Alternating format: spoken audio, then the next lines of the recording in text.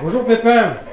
Ah, bonjour Rafaeliska. Ça va, vous allez bien? Ah, très bien, et toi? Ça va, merci. Et dites-moi, la dernière fois, j'ai oublié de vous demander, vous croyez aux extraterrestres? Ah, tu veux parler des petits hommes verts à trois doigts, là, dépourvus d'anus, et qui viennent de l'espace et qui se crachent dans le désert comme des benets? Pourquoi dépourvu d'anus? Mais devine!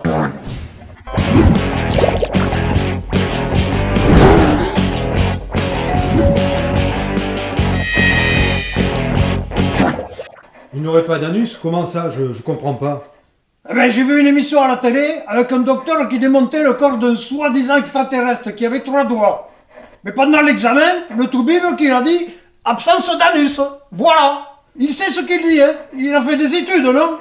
Pas comme moi. Je l'ignorais, mais s'ils existent et qu'ils traversent l'univers, ils ont forcément une technologie supérieure à la nôtre. Il traverserait l'univers dans un vaisseau farci de voyants qui s'allument et pour se cracher comme les couillons dans le désert. Et je sais plus où, là, aux USA des États-Unis d'Amérique, là. Et t'appelles ça de la technologie, là. Non, de la technologie. Mais ça suffit, là, hein. Bon, ça va, vous énervez pas Pépin, je sais pas ce que vous avez aujourd'hui, mais... Déjà, avec 3 doigts, tu comptes que jusqu'à 3, si t'es pas trop con, jusqu'à 6. Et comment tu peux construire des vaisseaux spatiaux qu'avec 3 doigts? Tu peux te curer le nez, te gratter le cul et te branler, à condition d'avoir une bite. Hein. Je ne crois pas ce qu'il faisait. Oui, mais Pépin, l'univers est tellement vaste, c'est évident que nous ne sommes pas seuls, quand même. Et t'en sais quoi, toi? J'en sais que j'ai un diplôme en astrophysique. Ah oui, tu te crois plus intelligent avec ton diplôme. Eh bien, fais-toi rembourser, hein.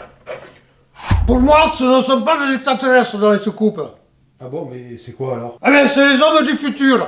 Ils interviennent dans notre présent pour préserver le leur. Parce que personne ne se soucie de ce qui va se passer dans 20 ou 30 ans. Et on a saccagé la planète en même pas de siècle. Oui, mais grâce à l'écologie politique et aux scientifiques, nous arrivons à réduire les émissions de CO2. Ouais, mais les émissions de CO2, moi, ça me dit rien. Je connais que les émissions de Michel Drucker. L'écologie, c'est du blabla. C'est bon pour les poètes, ça. Et c'est pas la petite suédoise Greta Thunberg, là. Je sais pas quoi, là, qui va avec ses tresses le long de son corps, qui va sauver la planète, hein. Et qu'elle commence déjà à s'habiller avec des branches et des feuilles. Et pour qui qu'elle se prend, la poupée ventriloque, là? Jeanne d'Arc? Elle ferait mieux de se faire agresser. On est prisonnier du présent. Et l'avenir, tout le monde s'en branle. Et puis change de sujet, hein, parce que moi, ça me déprime tout ça, là. Le mystère des pyramides, alors, ça vous parle? Mais j'en sais rien, mon drôle, là. J'ai jamais foutu les pieds en Grèce, là. Qu'est-ce que tu veux? Mais vous avez voyagé, Pépin, dans votre jeunesse, non? Tu parles que j'ai voyagé, j'ai jamais dépassé la rocade, couillon. Vous préférez qu'on parle des voyages temporels, Pépin? Ça, tu vois, c'est plus intéressant. On voyage déjà dans le temps, petit. D'une seconde à chaque seconde. Et ça s'appelle vieillir. Ah ben, je pensais qu'il était complètement con, mais en fait, il est intelligent. Hein. Si vous pouviez voyager dans le temps, vous iriez où? Dans ton cul! Bon, oubliez ce que je viens de dire. Alors, Pépin, où iriez-vous? Mais je sais rien, bordel, je sais pas, moi. Comment ça? Vous avez bien une idée, quand même. Mais là de suite, non, mais quelle est compliquée ta question, merde! Tu peux pas me demander ce que j'ai bouffé à midi, plutôt, là, oh! Bon, mais aujourd'hui, il est un peu nerveux, je sais pas ce qui se passe. Hein. Bon, mais vous avez mangé quoi à midi, alors? Eh bien, j'ai mangé une salade avec des œufs mimosa, voilà. En parlant de Mimosa, votre Guylaine Mimosa, comment va-t-elle? Eh bien, elle est partie avec sa meilleure amie à Ibiza. Et tu sais quoi? Eh bien, ma Guylaine, elle a rempli sa valise de capote. Alors qu'elle a même pas de bite, et sa copine de plus d'ailleurs. On m'avait prévenu, hein. Elle a pas inventé le bidon de 2 litres, hein. Imagine qu'elle rencontre un extraterrestre à Ibiza. Mais qu'y a-t-il de drôle, Pépin? L'un qui n'a pas d'anus et l'autre pas de pénis. Alors, c'est plutôt triste, non? Et s'il en a une? Oh non! Admettons. Mais avec 3 doigts dans une main, elle est forcément étriquée. Hein. Ça ne veut rien dire, hein. Regardez le Bradypus tridactylus à 3 doigts. Il a un gros sexe, lui, hein. Oui, tu parles du paresseux. Eh ben, s'il baise aussi vite qu'il grimpe aux arbres, eh ben, ma Guylaine n'est pas prête de monter dans les toules, hein. Sauf s'il utilise ses 3 doigts, enfin ses 2 fois 3 doigts qui font 6.